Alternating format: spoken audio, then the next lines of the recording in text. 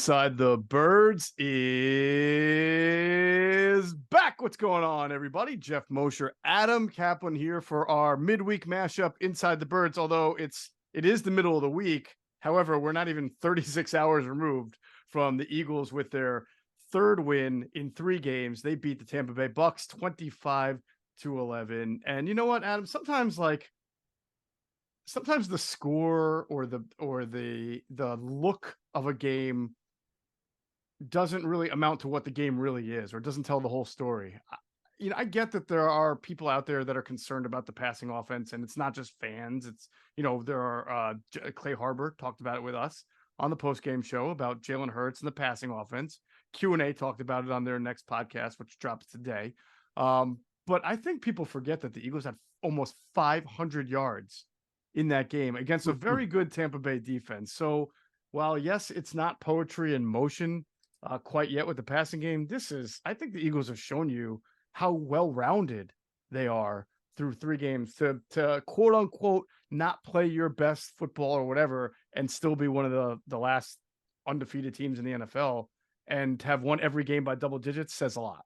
Not every game, yeah. 2 out of 3 by double digits. Yeah. So. Yeah, no doubt. Now the one area where I would just kind of go a little deeper here is that the Bucks not only were the Bucks without Carlton Davis, their best corner, their number 2 corner, Jamal Dean, got hurt in the second half, didn't return. That's why you saw D. Delaney.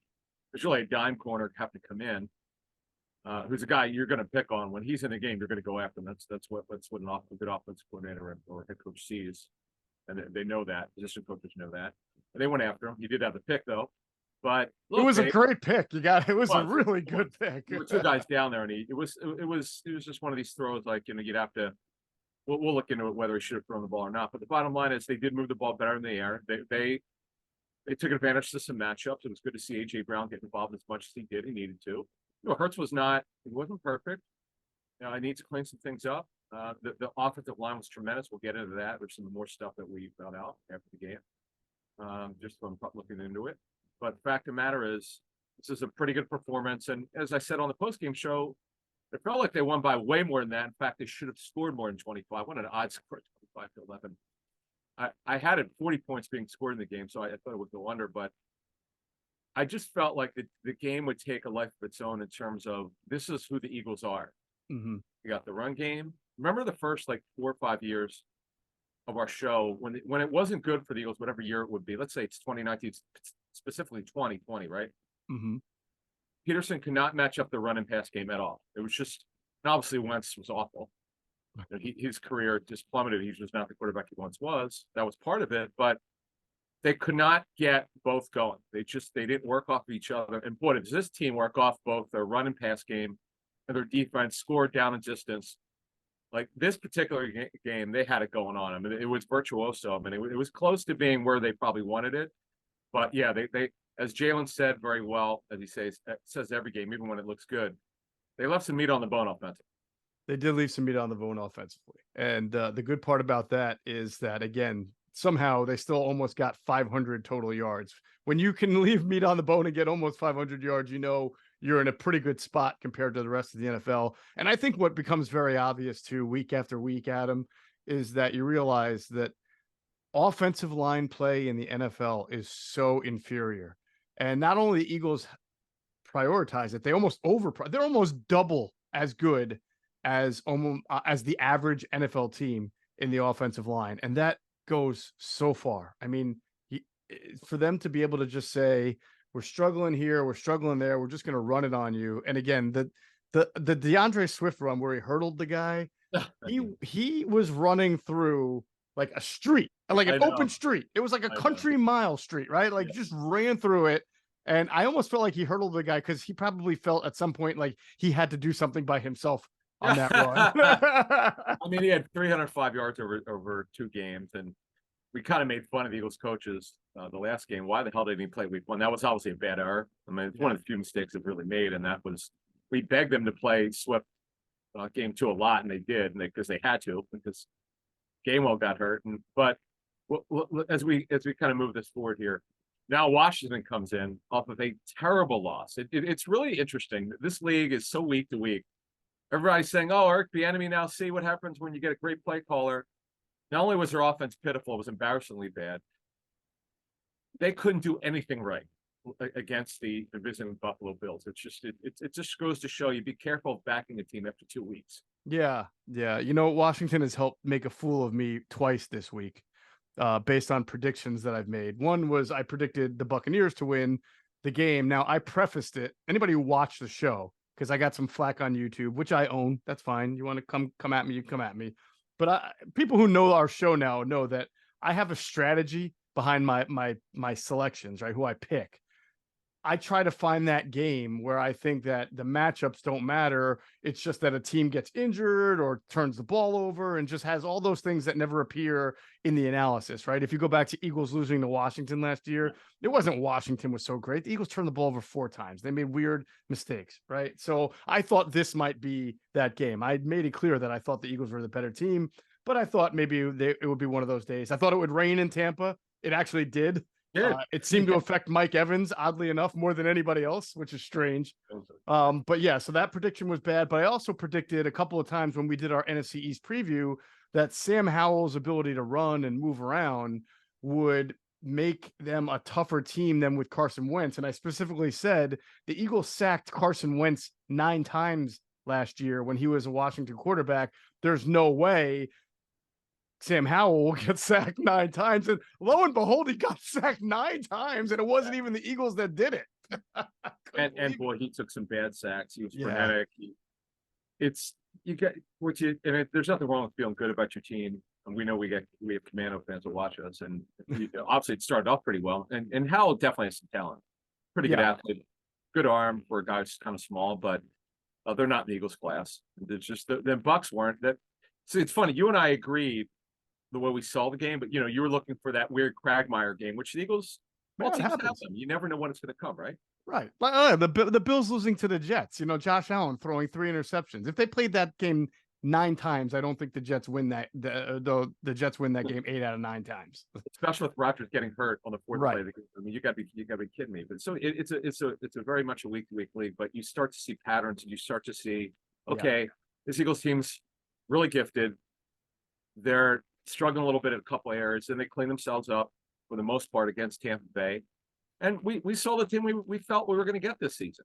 Mm-hmm. And it's, it eventually takes course, folks. It's never going to be perfect. Coaches will tell you that. No game is ever perfect, even when you win. If you win like the Dolphins did, where they won by 50. Unbelievable. I don't know what's unbelievable more, them winning by 50 or them scoring 70 points in an NFL game. But now I'm really looking forward to that Eagles-Dolphins games. I know. Yeah, I hope the weather's good. I want to see a clean game and just let the coaches coach versus coaches, players play against players and see. Yeah, definitely.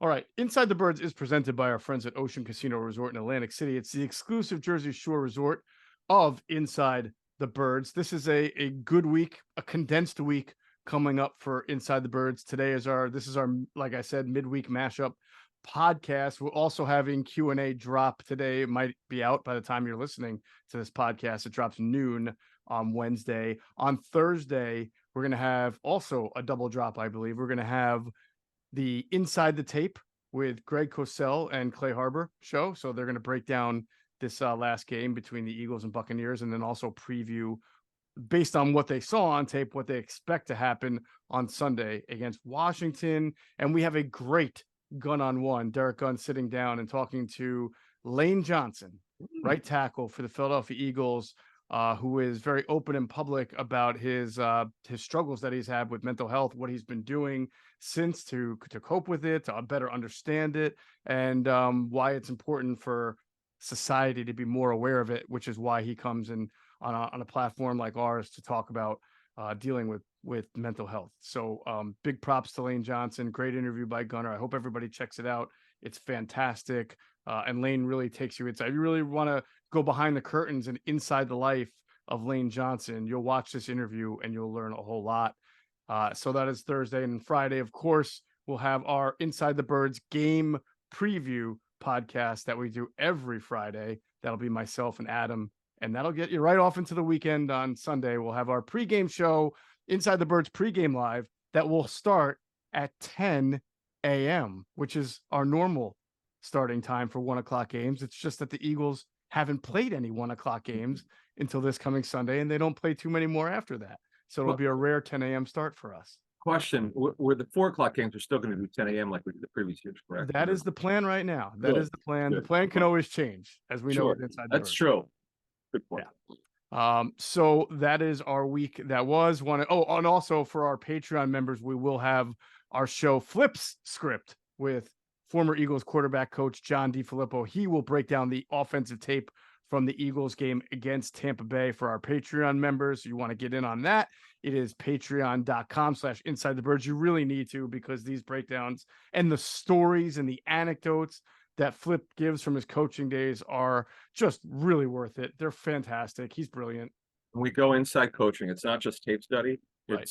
It's his view of the Eagles offensive tape. He throws some defensive stuff if he sees it, but he goes inside decision making, why they made that call, why the play worked, why the play didn't work. You can't get this anywhere else. It's no offense to anyone else doing tape study. This guy actually is a Super Bowl winning head coach who ran the red zone offense, which was number 1 in the National Football League in 2017. John's brilliant, and we appreciate all the comments and the feedback. In fact, the next thing we're probably going to do with John is, knowing how open he is with us, we're probably going to take questions from the audience coming up soon. We got to run it by him, but he pretty much says yes to anything we want. So I'm sure he'll do that. And remember, he grew up here. It's actually an incredible story. He has a Super Bowl ring. The team he grew up watching is kind of surreal. Yeah, played quarterback at Radnor High School, so definitely has those local ties.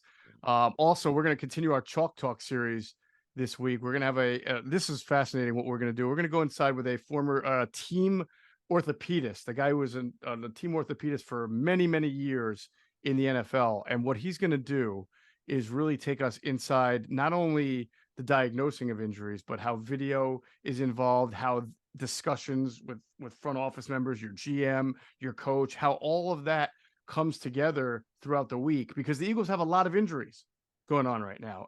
When not just Nakobe Dean and Devontae Maddox, obviously we saw Justin Evans get hurt in the game. They've had guys kind of dropping like flies lately. Landon Dickerson limped off. It sounds like he'll be all right. We'll get into it. But I think it's always fascinating, Adam, to hear from a team physician on that person's role in the team in treatment, recovery, and timetables. I think that's all interesting stuff. Yeah, in fact, like after Sunday game, what's the timetable to get MRIs back and CT scans and X-rays and how that works? And we're going to go into it. We're also going to help you. We're going to throw this one in on this one. When you're watching TV, we're going to have this former NFL team doctor who was a team doctor for well over a decade for a team. And what can we learn when we slow the tape down? Even TV tape. What can we learn when we watch it? So all that and more coming. Awesome. All right. I mean, again, that's patreon.com/inside the birds. And we welcome all of our new members over the last 4 or 5 days. Hope they're enjoying the content as much as we are enjoying producing it. All right. So the Eagles are 3-0. And now how many undefeated? There's the Eagles, right, that are undefeated. There's San Francisco that's undefeated. And then there's Miami. I believe that's it. Am I missing somebody? Yeah. Oh, no. The Chiefs lost week 1. Remember, they lost to the Lions. Oh, yeah. I'm sure they lost at home. Yeah, sure. Yeah. That's right. Yeah, right. yeah. Oh, in fact, God, that's when Kelsey and Chris Jones didn't play. Correct. Right. Only 3 undefeated teams, which is really something to think about. It shows you how hard, because there's a lot more than 3 good teams in the NFL. Shows you how hard it is to even do that. But again, they get a close to 500 yards against the Buccaneers on the road. Never trailed in the game. And, this sort of reminds me of how they were up 27-7 against Minnesota. That game looked close at the end, but in the third quarter, Adam, against the Vikings, the Eagles had that game in hand. And just like that game, I never felt against the Buccaneers, once we got into the second, third quarter, never really felt like the Bucs were going to do enough offensively to be able to stay in the game. Once the Eagles got that touchdown to Zacchaeus, right, to go up 10-3, I thought, man, the Bucs really need to come back with a touchdown here, or else this is going to not be good for them. And they just weren't able to do it. In fact, this is incredible. Like, okay, they never trailed this game. They never trailed against the Patriots in week 1. Almost did, though, as you know. Almost did. In fact, the last time they were trailing is when they were down 7-0 in the first quarter against the Vikings. This stat I'm going to give you, I can't believe this for a guy who just became a head coach in the National Football League in 2021. Sirianni in the regular season is now 15-4 on the road, folks. Best record in the National Football League on the road since the beginning of 2021. Chiefs are number 2. The Eagles are also in the regular season won 10 out of their last 11 road games. That's just in this day and age with so-called parity, or as the NFL likes to call it, competitive balance. It's incredible.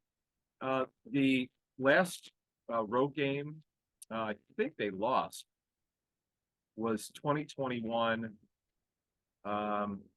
Yeah, I think Well, I mean, then they lost the Tampa Bay game, right, in the playoffs, but that's not regular not right. season. Was it the Giants game? Was it the at the Meadowlands where Jalen had the 3 interceptions? Yeah, 2021. Wow, that's unbelievable. You're right. That I mean, it used to be in the NFL that home teams won, I think, at a 65% clip.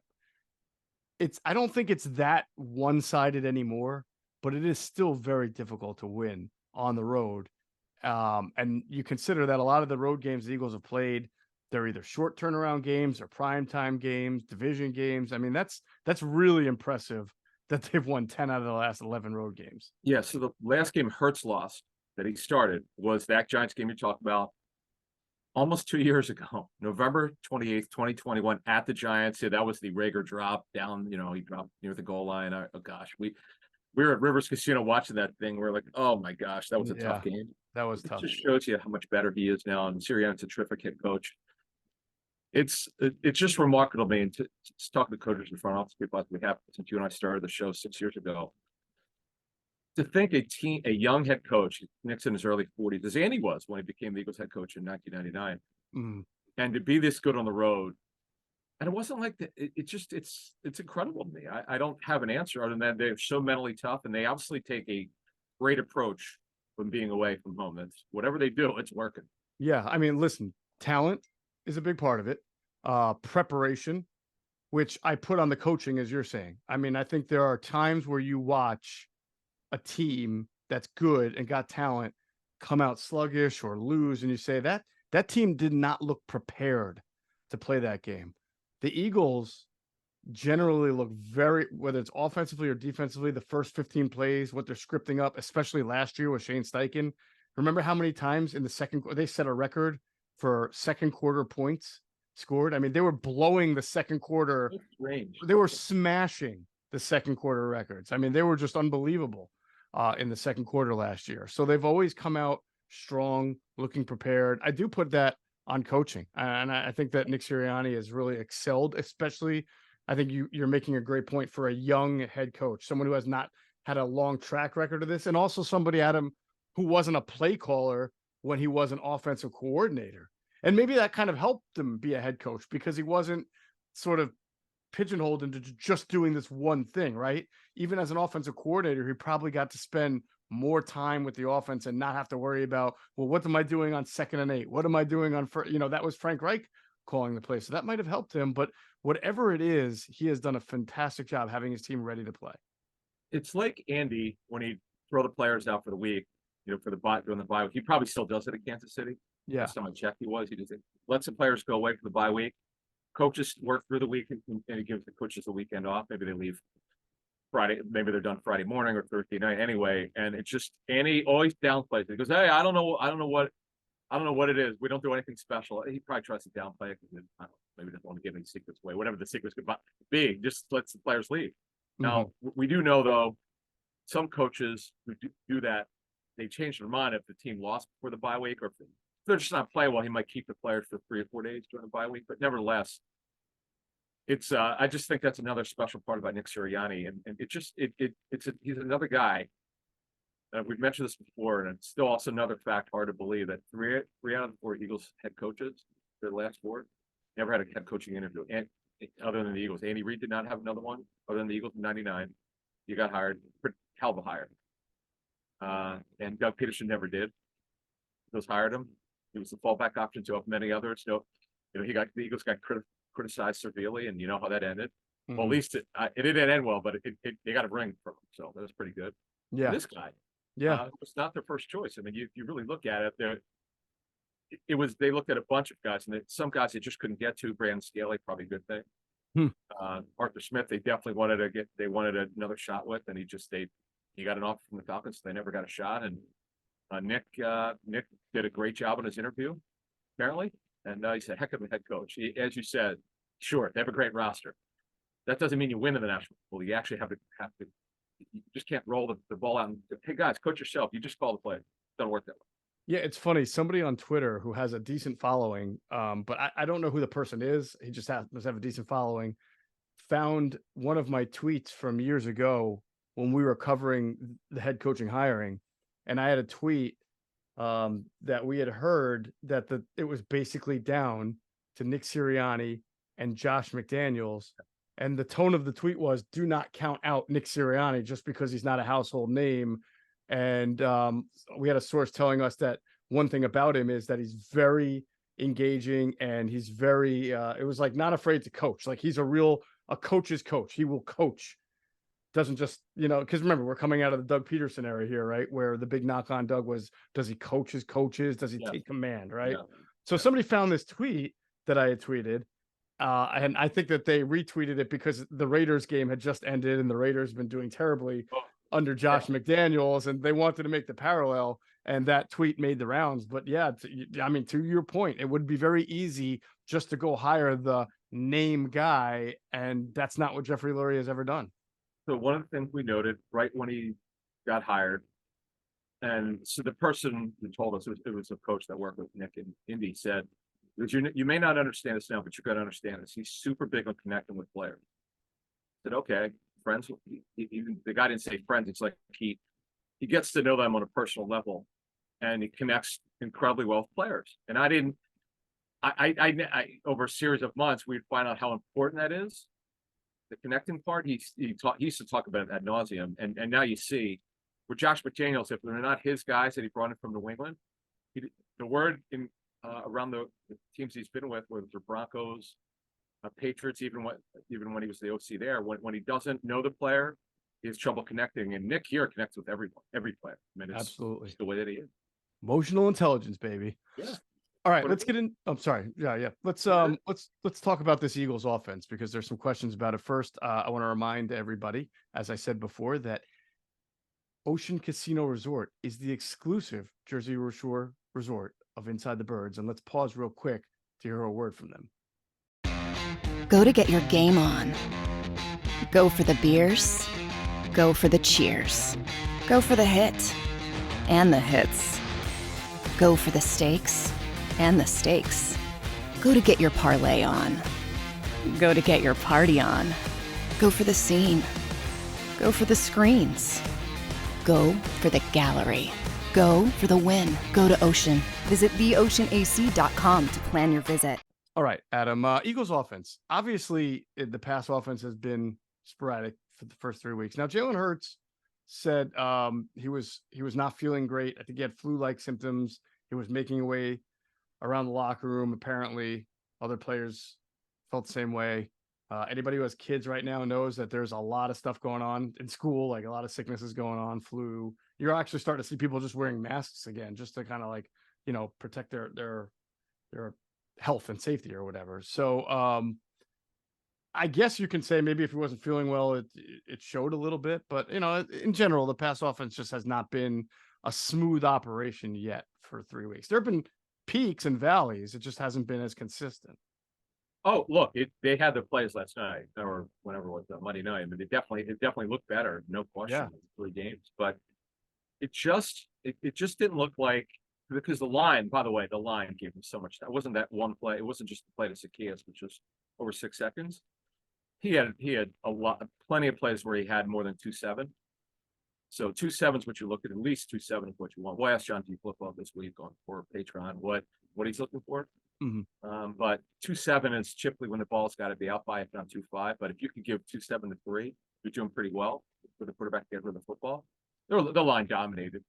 I mean, I know Vita Vea came in with a pectoral injury. He didn't play quite the normal snaps he always plays. Maybe they took him out because the game was at hand in the fourth quarter. But the bottom line is, when you look at this offensive line, they're incredible. Cam Jurgens is really coming on here. Really coming on. He's good game. See, the knock on him was, would he be strong enough? It's not how much you weigh. It's about leverage and hand usage. And boy, he's getting better and better and better. You talked about at the top of the show. Some of these guys have played together. 3 of them played together here for a long time. Mhm. Obviously, this is my lad as well. Is this my lad is fourth season? Is it third or third?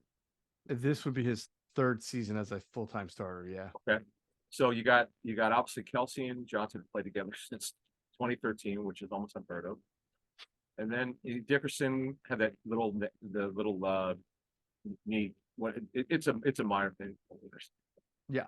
But the bottom line is it's a beautiful thing, man. If you like dominating play, it's something else, man. I usually don't get that excited watching any NFL team's offensive line, but when they got it going on, it's like synchronized swimming, man. It's pretty special. It's pretty incredible, quite frankly. Yeah. The more that we watch DeAndre Swift, get carries behind that offensive line, the more I think that I was almost like putting this as a one of those like dating relationships where each one's using the other just for like temporary bliss, right? Like the Eagles need DeAndre Swift because they need an explosive back. DeAndre Swift needs a team that's going to give him the ball and give him a nice big offensive line so it keeps the hits off of him. And after this year, DeAndre is probably going to go make a lot of money somewhere else because he's up on a contract, and the Eagles are probably going to find another running back. But for right now, it's working, and it's working really nice. Well, maybe so, because he's got a big injury history, so it's hard to pay those guys. And if Sanders got paid $6.25, which was the highest paid free agent running back that left the team, yep, which is really undervalued, quite frankly, for today's.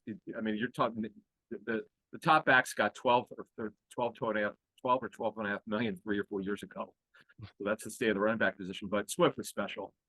I mean, his acceleration and explosiveness and vision is just something else. And we had said before the game that what they need to do if they get this is it's funny. Rarely is it followed together just like you say. What I said before during our pregame show Monday night was that if they get a sizable lead of more than 10 points, preferably 14 or more, which they did, pull Swift out of the game, get him out, protect him. And because they're going to live in dangerously. The 28 carries were ridiculous. I know it's obvious they don't want to play Penny unless it's an emergency, but the good thing is Gainwell recovered well from his rib injury. He was able to grind carries. Grindwell should be his name. Grindwell. He grinded those carries in the fourth quarter like nobody's business, man. Choppy, 3 yards, 4 yards. But you know what? It worked perfectly. I got to give Brian Johnson credit, Sirianni and Jamal Singleton, the run backs coach. They did a phenomenal job of making that rotation work. That's great coaching on a night where the Eagles coaches absolutely outcoached the Bucs coach. I mean, I'm telling you, they put those 4 days, whatever the hell they did in those extra 4 days, was well worth it because they outcoached those guys. And I rarely say this on the show, but it was so obvious how much better coaches. Yeah, I agree. I did not think. I thought the Eagles would move the ball. They're going to be able to run. I did not think they would be able to clear out the Buck defensive front with all the talent that the Bucs have up front the way that they did. And that was not just brute force, good scheming as well. They did some really good things. I agree with you that they outcoached the Bucs on that one. And they also picked up what the Bucs were doing pretty well offensively, as far as the Bucs sending extra man pressure or even zone blitzing. Listen, the Bucs were blitzing their slot corner, that guy we mentioned in the pregame show from Rutgers, quite a bit. Number 39 was it? It's in. Yeah. So the Bucs were trying to do what they do, which is they usually try to throw the kitchen sink. And the Eagles, they had their slide protections on when they need it. They had their running backs picking up the blitz when they need it. Did Jalen Hurts get hit a little bit? Yeah, you're going to get hit against the Bucs. That happens. He was also holding on to the ball a couple of times, but in general, I didn't think Jalen Hurts was under siege, which can happen against this Bucs defense to really good quarterbacks. So, and good offenses. So great on them. I just thought offensively very crisp in that department. Yeah. I just thought the protection defined everything for them. They could do pretty much whatever they wanted. Now, the only negative, and it's true, because it's a fact, they were 1 out of 5 in the red zone. But I don't want to see them move the ball at will, but they moved the ball very well for most of the game. And that's like 25 points is fine, particularly against good defense like that. But when Carlton Davis was inactive and then Jamel Dean goes out in the third quarter, I mean, it just, for me, they got to finish a little better. And Jake Elliott will get to special teams later. We don't talk about it much, but it was a factor in a very positive way. One of the few times on this show in years where it seemed like every phase of special teams did well. I think I mentioned on the postgame show, it's the first time in a long, long time. I can find only pluses on special teams, so that was good. AJ Brown, clearly a big part of the game plan, caught a lot of balls. Didn't he have a drop though that And could have been a one, yeah, touchdown? Yeah, he did. so We had one drop in us all. Yeah. yeah, he did have a drop, and maybe that would have been something that he could have turned in and helped you in the red zone a little bit more. But overall, really against a very good Bucs defense that yes was undermanned, but can do things that stifle what you try to do offensively. The Eagles did a great job. So let's move on to their defense. This defense, what we're gonna do is talk about offensive and defensive line play. It's mesmerizing at times. I mean, Jalen Carter and Jordan Davis, this Georgia thing is happening, man. You know, and Milt Williams, and I'm so glad Greg Cosell brought his name up because Greg said the first 2 games he played really well. Just nobody talks about him. Such a good player. And I've said this before, and I'm going to mention it again. Lee McNeil's a really good nose for the Lions. Both teams are happy with their guys. The Eagles had a higher grade on Lee McNeil. Okay, they didn't take him, so they took Milt Williams instead. Pretty good third tackle. Yeah, he's done a great job in his role, and he could also play in, which helps them. So, look, the bottom line is their interior defensive linemen absolutely crushed the Bucs. I understand that they don't have Hargrave as a better pass rusher, but quarterback pressures, which are important, it's more of an internal analytics statistic, but it works. And their quarterback pressures from the D tackles, particularly Jalen Carter, were really, really good. I mean, and Cox, again, Fletcher Cox led them in snaps. I never saw this coming. Me neither. I'm pleasantly surprised because and Fletcher, maybe it's because the young kids are playing and he doesn't want to get left behind. I don't know what the answer is, but he's bringing it, man. This is something else to watch. You know how like the Packers are revered from being able to go from Brett Favre to Aaron Rodgers, right? And now Jordan Love's actually playing pretty well. For the Eagles to go from Fletcher Cox to, eventually it'll just be Jalen Carter, right? And Jordan Davis, who's playing very, very well. That to me is like the defensive version. I mean, you might be getting one. I don't think Fletcher Cox is going to make the Hall of Fame, but he's a damn good player. And what we're seeing early of Jalen Carter is basically the same thing. A damn good player who has a really high ceiling. I mean, this guy is scratching the surface of it right now. But the body type at him, the 6'6", the 328 is that about. He's a huge guy. He's got a plan. He's got pass rush moves. He's violent. He moves people. He's a problem. I mean, him and Jordan Davis are a problem right now. And I'm not quite sure. I'm really fascinated for the Miami game. I know it's in a few weeks because Miami likes to run the ball and they've got good running backs. But right now it's looking like the Eagles are not going to be very easy to run on. Biggest difference between last year and this year is they are not vulnerable there right now. They're number 1 in the National Football League against the run. And look, they shut down, Ramondre Stevenson's a pretty good back. They'll get challenged with Miami's speed at running back. Miami's got the fastest running backs right now. And you saw what they did to Denver, which is sick. I can't believe it. But Jordan, as you said, Jordan Davis 6 foot, over 6'6", long reach. Carter's smaller but compact. He's around 6'3", but incredibly explosive, violent with his hands. And did you see when he had the strip for the fumble? You see him stand over for a half a second over Shad White. Yes. This is the way he's a bully, and I mean in a football sense. That's in the scouting reports around the National Football League.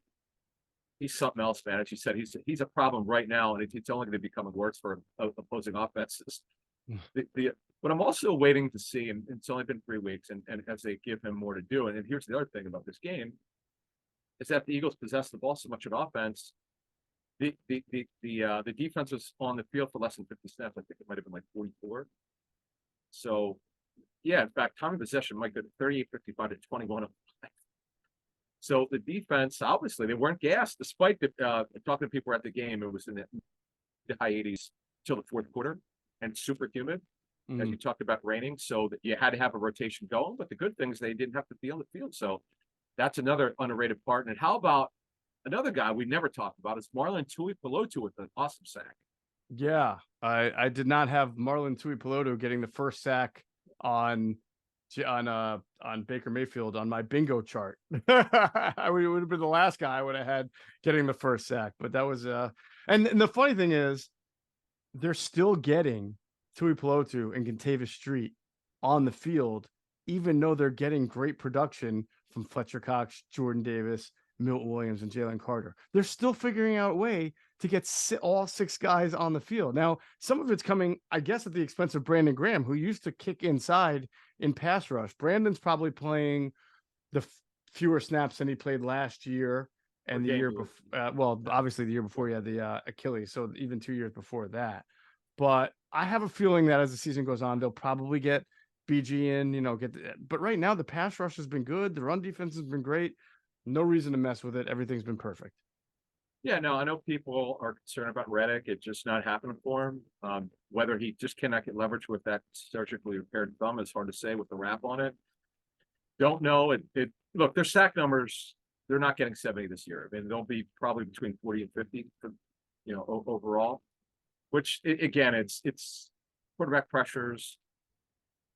They hit Mayfield enough last night. What they did was, this is what we talked about in the pregame.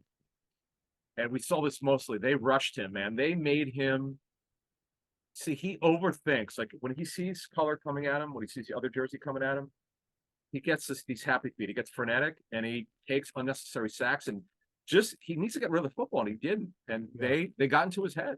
What happened? Yeah, no, that's 100% exactly what happened. I thought the linebackers played well, mainly because these guys are being kept so clean. Their jobs are basically to get to the ball carrier via open lanes that are created by guys like Jordan Davis, Fletcher Cox, and Jalen Carter, and they're doing an excellent job of it. In fact, Nick Morrow even said on the safety, the only reason he shot that gap and played up in the gap like that was so that he was trying to force the offensive line not to double Jalen Carter. And he said they doubled Jalen Carter anyway. So it essentially created a free path for it. It's like they basically ignored Nick Morrow and said, no, we're still going to double Jalen Carter. And they allowed him to go right free in and make that big stop for a safety. That's how you mentioned earlier that marriage, right? Whether it's between your offense and your defense or your running game and your passing game, there's a really good marriage going on right now between what the Eagles are doing on the front end or the front line and what their linebackers are able to do because of it. And you're seeing them be able to get to the ball carriers, make the tackles. They're not getting pushed back by big guards or centers coming at them. That's the only way it's going to work because they're not, Nick Morrow is about the size of a safety, to be honest with you. I mean, he's not a very big guy. Cunningham, yes. Morrow, no. And when Nakobe Dean comes back, he's going to have to be kept clean too. Yeah. Yeah. And by the way, he's eligible next week for week 5, but I think your note was that it was about a 4-week injury. Well, isn't he on IR? Don't you have to be out 4 games? 4 games, right? But this is week 4, correct? No. Well, this is one. Yeah, but he played week 1, so he's got to be out week 2, 3, 4, 5. Yeah, he's got to be out for week 5, which would be the 4th game, right? So so week 6. Okay, week 6. When is their bye?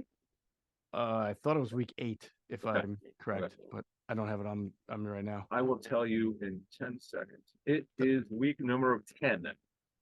Okay, so wait, when Nakobe Dean's first game could be the Jets game. Yes, week 6 at the Jets. Yes, and no Aaron Rodgers. Correct. If you're the Eagles, do you say, maybe I'll save him for the Dolphins the next week? I think we could beat the Jets. Well, they need his speed, man. They need anyone who can move. Yeah, that is what did who is it? Whoever the Dolphins are playing this week, the head coach said, "Oh, Sean McDermott said."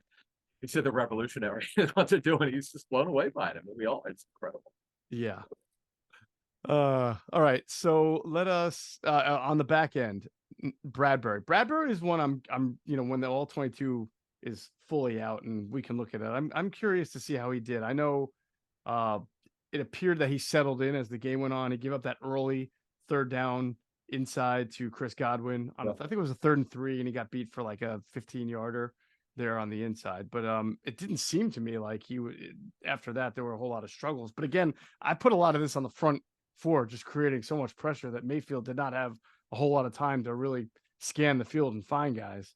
That's the marriage that you're talking about. It's the front pressure, it's the quarterback hurries or quarterback pressures, making Mayfield move off his spot.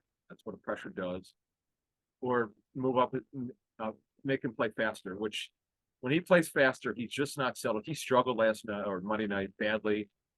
But again, as you said, and I would agree with that, They got pressure on him. They got into his head, quite frankly.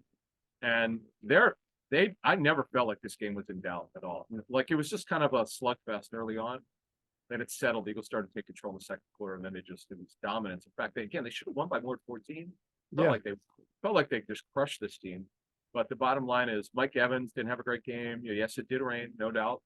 But I never felt like these receivers really threatened the Eagles. And Trey Palmer had the rookie receiver we talked about in the pregame from Nebraska, was really explosive. Kid Tompkins was an undrafted kid, did next to nothing. Kid Ott, if you watched, they play. What's just interesting, now we talked about this on our show Friday, a preview show. They could decide, which they did, to play more 11 personnel than they have been, because you want to without Maddox, you want to spread the Eagles out a little bit. They tried that, but it didn't work. It still didn't work. They despite the Eagles' low numbers in terms of slot corner and some issues on the back end. Oh, by the way, Evans had a neck injury, he didn't return. He didn't even get cleared to return. That's not good.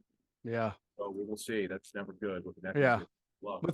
Let's actually do that. We'll get into the injuries in a second. Yeah. First, we'll remind everybody to check out our friends at phlsportsnation.com, enhancing the fans' experience with their coverage of all Philadelphia sports teams. For the fan, by the fan is their motto. So make sure you check them out at phlsportsnation.com, and on Twitter, it's at phlsportsnation. Let's also pause to hear from our friends at Sky Motor Cars. Sky Motor Cars in Westchester is a different sort of dealership. All it takes is one look at their Highline pre-owned vehicles that people all over the country want and need. Owner Brett Schulter, make sure you don't spend a dime of your money before you purchase the car. Sky Motor Cars allows you to make all the decisions regarding your next vehicle. At Sky Motor Cars, you never have to spend more than necessary. Visit SkyMotorCars.com today or call 610-918-7225. And if you happen to stop into Sky Motor Cars in Westchester, PA, make sure you tell them Adam and Geoff sent you. You will get a great deal. All right, you mentioned it. Yeah, I thought it's not a great sign that Justin Evans did not come back into the game. So we'll see what happens with the neck. If he can't go, I mean, they already got Blankenship, and now Terrell Edmonds you saw Sidney Brown playing a little bit. Mostly it was Blankenship and Edmonds as your starting safeties. Yeah, he had a thigh injury, Sidney Brown. By the way, he deflected that possible touchdown. It wasn't a great throw by Mayfield, but he still made a play. We'll see what the status is as the week goes along with him. But yeah, they're running low in numbers, man, at safety. Yeah, it's a tough deal. I mean, they don't really have a lot of places to go here at safety, because right now, depending on Sidney Brown's status and obviously Evans, it's Edmonds and it's Blankenship, and then they have to go to the practice squad. And right now, Tristan McCullum. That's it. Zion's brother. Yep, that's it. I mean, jeez. Yeah, tough deal. Yeah, we'll have to see. We'll see if they make a move there this week on the practice squad, and we'll see. What happens with Justin Evans. As you mentioned, Sidney Brown had the thigh. His status isn't known. Although did he not come back, or did he play through it? I thought he did. I thought he came back. Evans was actually ruled out of the game. He was questionable, and they ruled him out. They never ruled out Dickerson.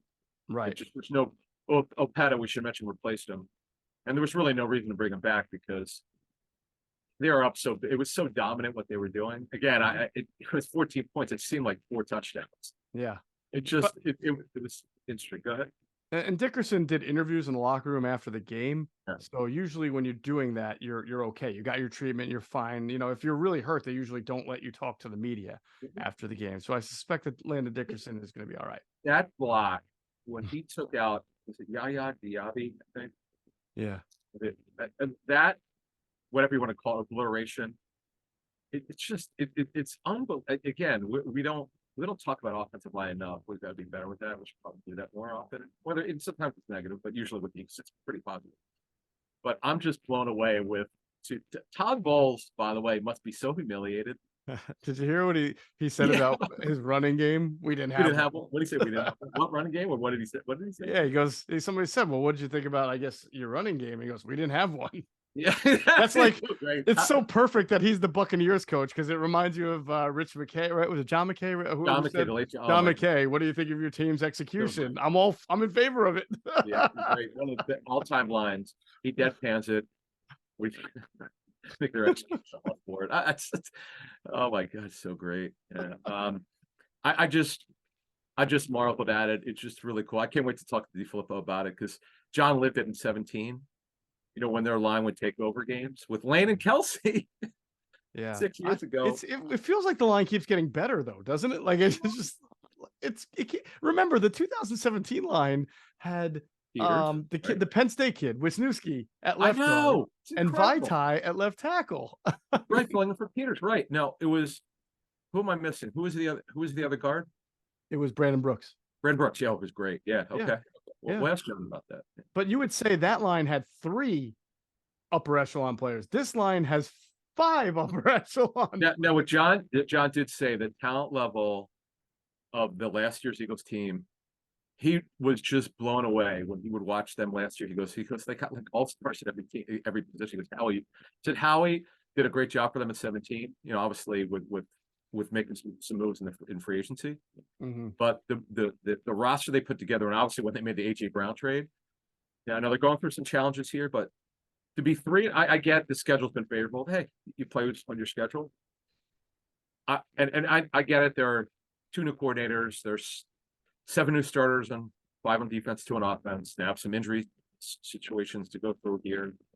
But there's just something which Flip said to me, John said to me over the weekend. He goes, you kind of know when you're in Philly, when they got things going on, there's an expectation. He talked about the 17 when they started to get better. No one's going to say there'd be a Super Bowl team, but there was kind of like, it. And he goes, you kind of know when your team is really good, but you don't want to. The coaches won't do it. Now the players might. There's that clip Right. when the Carolina game when Chris Long says, I don't know who it was. Hey, you know what? I think we're pretty good. Yeah. But what John said was the dominance that they would have.